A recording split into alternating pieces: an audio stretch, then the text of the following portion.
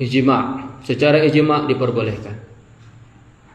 Tidak ada satupun mazhab yang mu'tabarah, yang empat daripada Syafi'i, Maliki, Hambali, Hanafi, yang melarang bertawassul kepada para nabi dan para wali. Kenapa? Karena kenyataannya ahlu sunnah wal jamaah ketika mereka bertawassul, mereka hakikatnya meminta kepada Allah, akan tetapi melalui perantaraan menyebutkan nama nabi ataupun wali.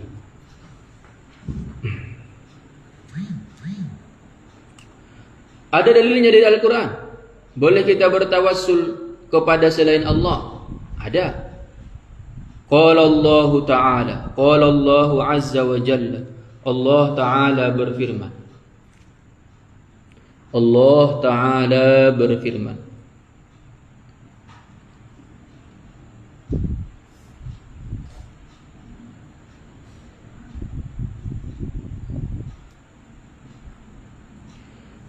Wabtaghu ilaihil wasilah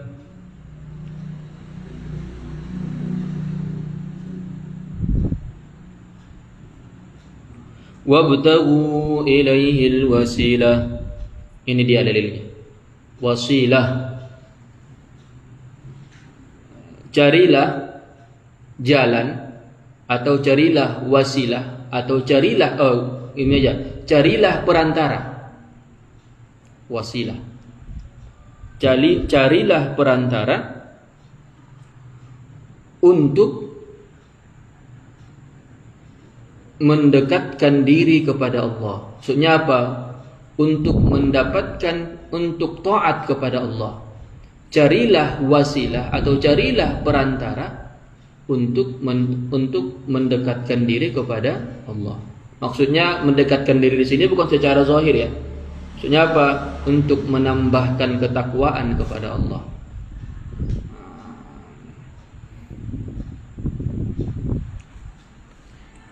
Jadi situ kan ada kalimat wasilah. Wabtaghu ilaihil wasilah. Dan dia umum, tidak dijelaskan. Tidak dijelaskan perantaranya. Tidak dikatakan al-wasilatu wallah faqat. Perantara untuk memohon kepada Allah yaitu hanya dengan menyebutkan nama Allah saja, tidak yang lain. Tidak ada kata-kata seperti itu di Al-Qur'an. Kalimatnya al-wasilah. Umum dia, walaupun dia beralif lam. Alif lam di situ menandakan kepada kita cara yang sesuai dengan tuntutan agama. Tapi dia umum. Apapun caranya, selama sesuai dengan tuntutan agama, maka diperbolehkan mencari perantara. Salah satu yang dibolehkan oleh agama, perantaranya melalui para nabi, perantaranya melalui para wali, perantaranya melalui para ahli ilmu, perantaranya melalui ahli ibadah, perantaranya melalui para ulama. Itu kan perantara-perantara yang diperbolehkan oleh agama. Yang tak boleh apa? Misalkan seperti melalui pohon-pohon keramat. Karena banyak itu dia ngasih kepala kerbau, atau misalkan kalau mau panen, mereka misalkan supaya panennya tidak gagal, mereka menyembelih kambing lalu diberikan ditaruh di pohon-pohon keramat. Itu tak boleh itu. Wasilahnya tak boleh. Kalau seperti itu tidak boleh. Syirik seperti itu. Atau misalkan supaya tidak terjadi gelombang tsunami, mereka potong kerbau lalu darahnya dan semuanya sapi-sapinya dibuang ke laut. Itu tak boleh, itu wasilah yang melanggar agama.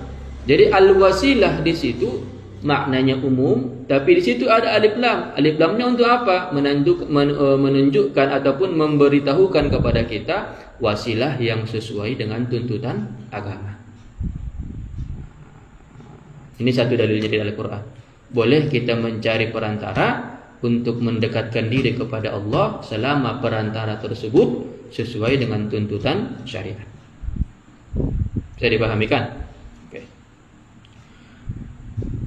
Al-hadis. Dari hadis dalilnya apa? Qala Rasulullah sallallahu alaihi wasallam.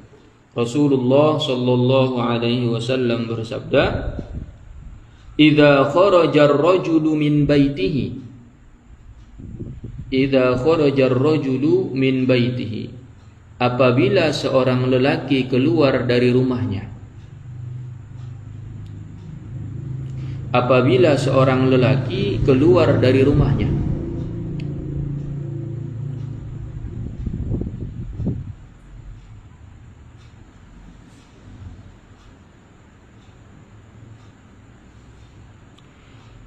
Ila salati, untuk salat, maksudnya untuk sampai ke tempat salat, contohnya masjid atau musalla. Kalau di kita musalla berarti surau-surau kecil yang bukan masjid dia. Jadi ketika seseorang misalkan Jumatan lah, kan kalian kan kalau Jumatan ke masjid depan itu kan, idza kharaja ar-rajulu min baitihi ila shalah. Ini juga ilmu bagi kalian. Kalau keluar dari rumah menuju masjid, baca doa ini. Ini diajarkan oleh Rasulullah sallallahu alaihi wasallam. Idza kharaja ar-rajulu min baitihi ila shalah. Apabila seorang lelaki keluar dari rumahnya untuk salat, salat di mana? Maksudnya di tempat yang dilaksanakan di situ salat berjamaah. Baik itu misalkan di surau atau di masjid. Faqal, maka dia berkata, inni as'aluka, ya Allah, Allahumma inni as'aluka, ya Allah, aku meminta kepadamu. Kepada siapa dia meminta? Allah.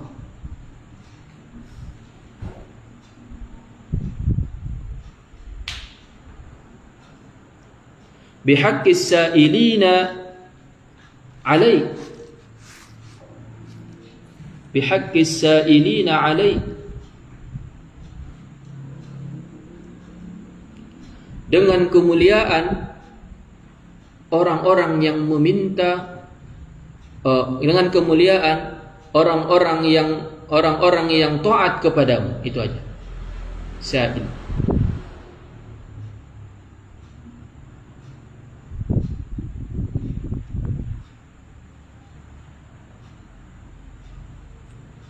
Kenapa dia tidak katakan wa bihaqqi dzatikal uzma?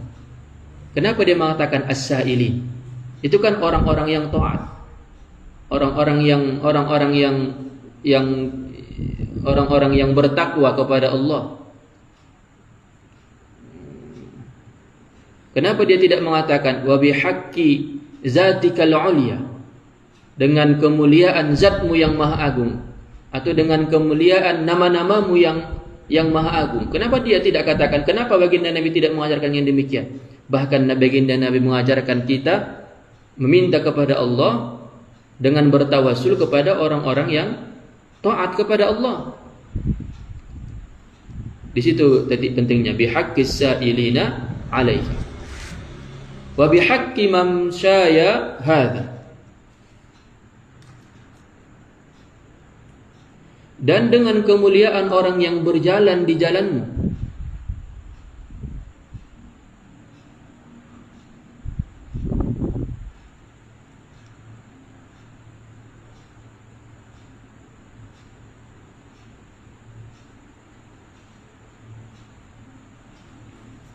Fa inni lam akhruj asharan,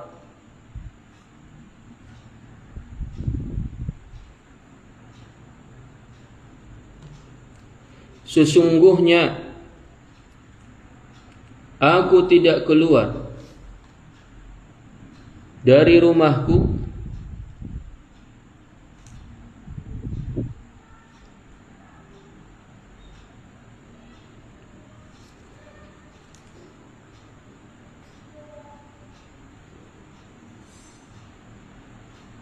dalam keadaan terlalu bergembira.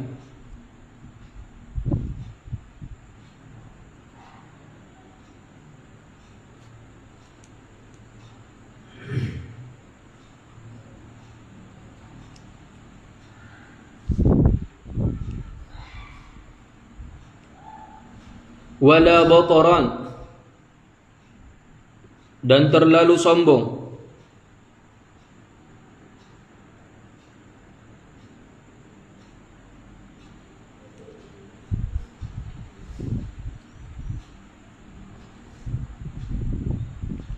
wala riya'an, dan tidak riya,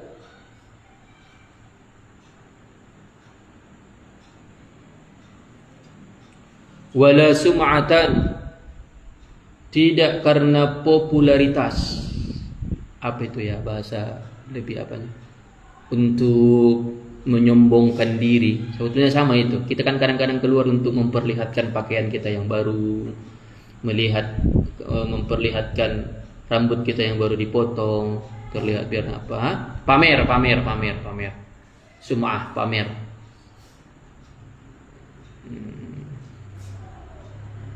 Kharajtu tiqa'a sakhatika. Aku keluar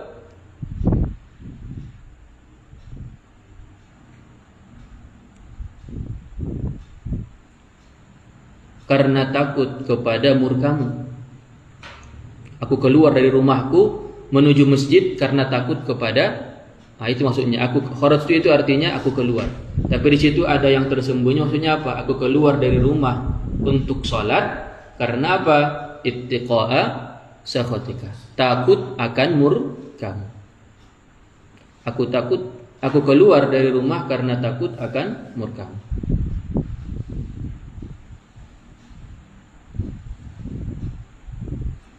Wabtigha'a mardatika, dan mencari ridhamu.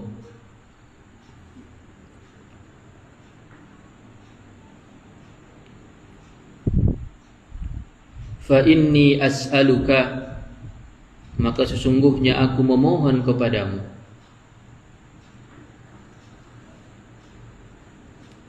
an tunqidhani minan nar, untuk menyelamatkanku dari api neraka. Antung kidani minan nar, untuk menyelamatkanku dari api neraka.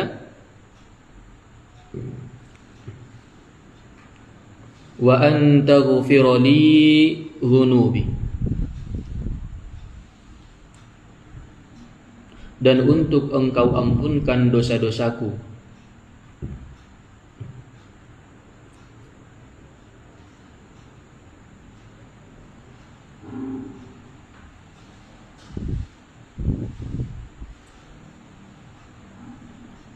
Fa innahu la yaghfiru dhunuba illa anta. Fa innahu la yaghfiru dhunuba illa anta. Sesungguhnya tidak ada yang mengampuni dosa kecuali engkau ya Allah. Sungguhnya tidak ada yang mengampuni dosa kecuali engkau ya Allah. Jadi dari doa yang panjang ini, Allahumma inni as'aluka bihaqqis sa'ilina 'alaik wa bihaqqi mamshaya hadha fa inni lam akhruj bataran wala fa inni lam akhruj, apa tadi awalnya? Fa inni lam akhruj asharan wala bataran wala riya'an wala sum'atan kharajtu ittiqa'a sakhatika wa ibtigha'a mardatika. Fa inni as'aluka an tunqidhani minan nar wa an taghfira li dhunubi fa innahu la yaghfiru dhunuba illa ant. Ini dia doanya ketika kita keluar dari rumah menuju tempat sholat. Jadi dari doa yang panjang ini, di mana di situ mahallus syahidnya, di mana di situ titik pentingnya, di mana di situ dalilnya tentang kebolehan bertawassul kepada selain Allah. Kalimat bihaqqis sa'ilina sama bihaqqi mamsyaya. Kalau seandainya tak boleh bertawassul kecuali kepada Allah, bagaimana mungkin Nabi mengatakan, wahai orang-orang yang ingin pergi ke masjid, berdoalah dengan doa ini. Ketika diperiksa, rupanya doanya bermakna tawassul kepada orang-orang yang taat dan kepada orang-orang yang berjalan di jalannya Allah. Apakah mereka berani mengatakan bahwa Nabi mengajarkan kesyirikan? Kalau seandainya mereka katakan hadisnya hadis dhaif, tunggu dulu. Man anta? At-tashihu wat-tat'ib wazifatul hafiz. Mensahihkan dan mendhaifkan hadis itu tugasnya hafiz, bukan tugasnya tukang jam.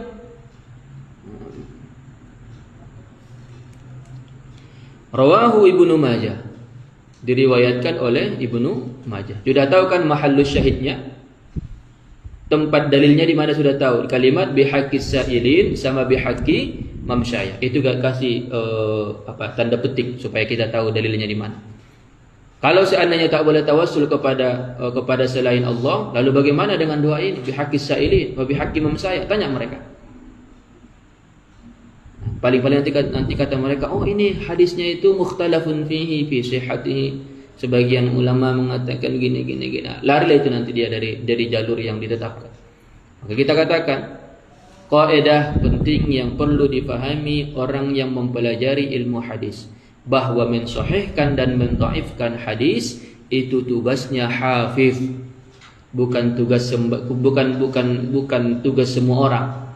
Kalau dia penjual jam, kalau dia tukang jam saati, tak boleh dia mengkotak-katik hadis. Yang boleh dia kotak-katik hanya jam saja. Ini hadis ini didhaifkan oleh Albani. Man Albani?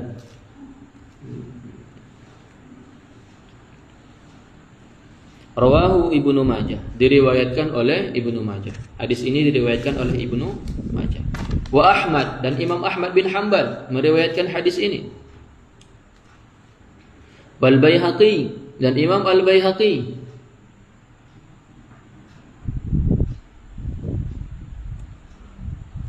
Wa ghairuhum, dan selain daripada mereka.